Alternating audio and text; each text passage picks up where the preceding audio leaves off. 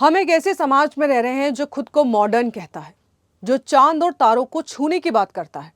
लेकिन इसी समाज के अंधेरे कोनों में आज भी कुछ ऐसी खौफनाक हकीकतें सांस ले रही हैं जो हमें शर्मसार कर देती हैं। क्या एक बेटी की जिंदगी की कीमत एक कार, कुछ लाख रुपए या जमीन का एक टुकड़ा है? आखिर क्यों डोली उठने के चंद महीनों बाद ही बेटियों की अर्थी उठ रही है? नमस्कार, मैं हूं पिंकी सिंह शेरावत और आप देख रहे हैं आवाज इंडिया। आज की हमारी इस खास रिपोर्ट में हम बात करेंगे उन बेटियों की जिन्होंने अपनों से मदद की गुहार लगाई, लेकिन लोग क्या कहेंगे कि सामाजिक डर ने उनकी आवाज को हमेशा के लिए खामोश कर दिया।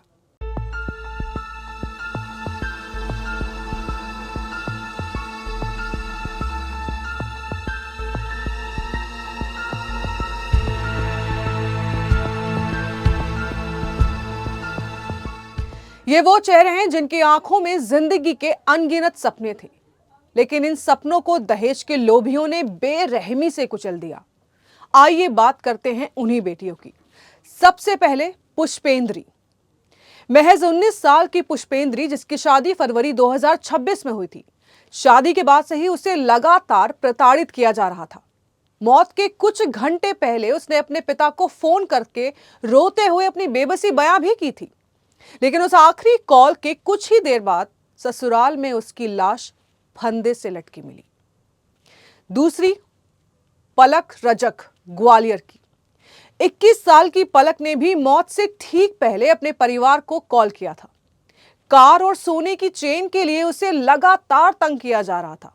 उसने रोते हुए गुहार भी लगाई थी कि मुझे घर वापस ले आओ, मगर इस कॉल के ठीक 20 मिनट बाद उसकी मौत की खबर आई। तीसरी, मोनिका नागर, ग्रेटर नोएडा। मोनिका ने लव मैरिज की थी, लेकिन शादी के बाद जमीन और प्रॉपर्टी को लेकर उस पर मानसिक और शारीरिक टॉर्चर शुरू हो गया।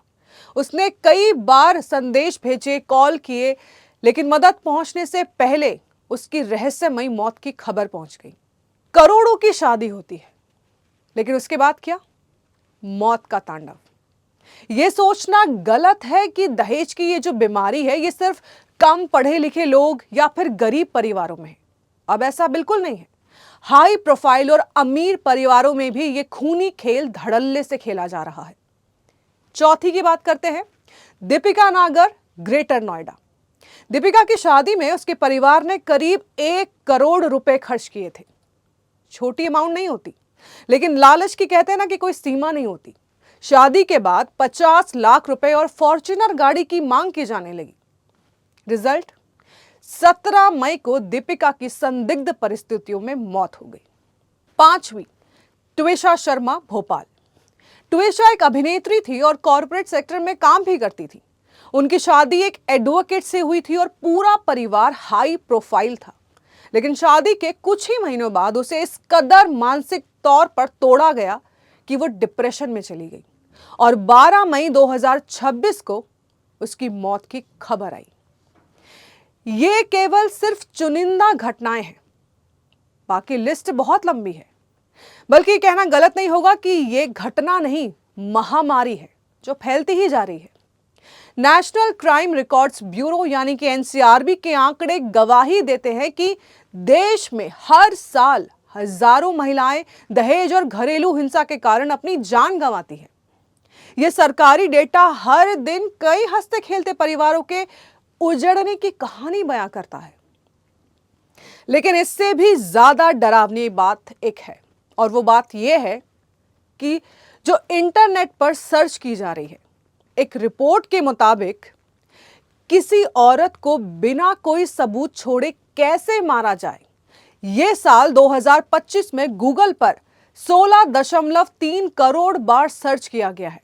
सोचिए हम किस समाज में जी रहे हैं जहां लोग शादियों के मंडप में बैठने से पहले इंटरनेट पर हत्या के तरीके ढूंढ रहे हैं। इस पूरे मामले में सबसे बड़ा और चुभता सवाल यही है कि इन सभी लड़कियों ने समय रहते अपने माता पिता और परिवार से मदद मांगी थी। किसी ने रोककर फोन किया तो किसी ने व्हाट्सएप पर मैसेजेस भेजे, लेकिन हर बार लोग क्या कहेंगे, समाज में थू थू होगी और रिश्ते तो बेटा निभाने ही पड़ते हैं, ऐसे सामाजिक दबाव के कारण बात को टाल दिया गया। बेटियों को वापस उसी नर्क में भेज दिया गया जहां कसाई उनका इंतजार कर रहे थे। दहेज के इन भूखों ने हमसे हमारी बेटियां छीन ली हैं। आज इस मंच पे मैं हर माता पिता से यही अपील करना चाहूंगी कि अपनी बेटियों को इतना मजबूत बनाइए कि उन्हें किसी के आगे हाथ ना फैलाने पड़े। और अगर शादी के बाद आपकी बेटी रोकर आपसे ये कह रही है कि वो सुरक्षित नहीं है, तो समाज की परवाह किए बिना और ये लोग क्या कहेंगे कि डर को लात मारकर अपनी बेटी का हाथ थामिए, उसे वापस अपने घर लेकर जाइए। याद रखिए, समाज के ताने झेलना बेटी की अर्थी उठने से 1000 गुना बेहतर है। क्योंकि अब वक्त आ गया है कि ये जो दहेज के लोभी हैं, इनके खिलाफ पूरा समाज एक सुर में खड़ा हो, ताकि फिर किसी पुष्पेंद्री, पलक, मोनिका, दीपिका या ट्विशा को अपनी जान ना गंवानी पड़े। फैसला आपके हाथ में। आज की हमारी इस खास रिपोर्ट में बस इतना ही। जल्द मिलूंगी एक और कहानी के साथ। तब तक आप देखते रहिए आवाज इंडिया।